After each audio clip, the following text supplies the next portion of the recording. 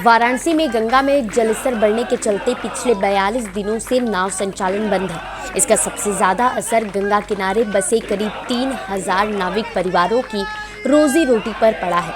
इसी संकट को लेकर शुक्रवार को नाविक समाज ने दशाश्वमेध घाट पर महापंचायत की और फिर एसीपी कार्यालय पहुंचकर ज्ञापन सौंपा।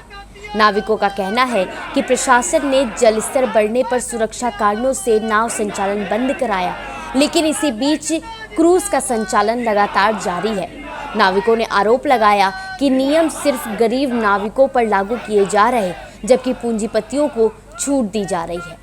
वहीं एक नाविक का यह भी कहना रहा कि हम 42 दिन से घर पर बैठे हैं, परिवार की हालत खराब हो रही है।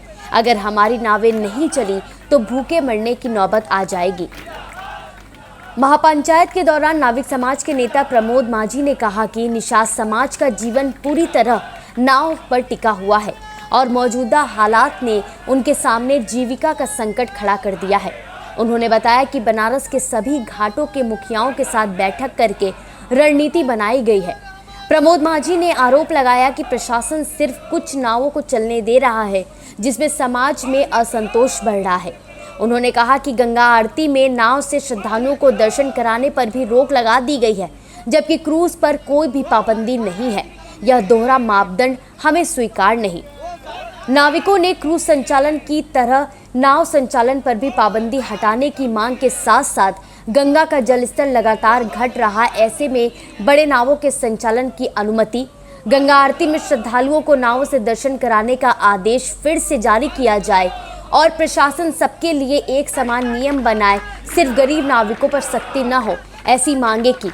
नाविक समाज का कहना है कि सरकार और प्रशासन अगर उनकी आजीविका के लिए कोई ठोस निर्णय नहीं लेता तो वे आंदोलन का रास्ता अपनाने को मजबूर होंगे। अभी हमने एसीपी दशाश्वमेध से बात किया है, उन्होंने सांत्वना दिया है कि अब ये भी बड़ा एक अलग विडंबना है कि कल की आई हुई एनडीआरएफ से पूछ के वो हमको बताने की बात की है। तो देखते हैं वो एनडीआरएफ से क्या पूछते हैं और हमको क्या जवाब देते हैं, उसके बाद देखा जाएगा।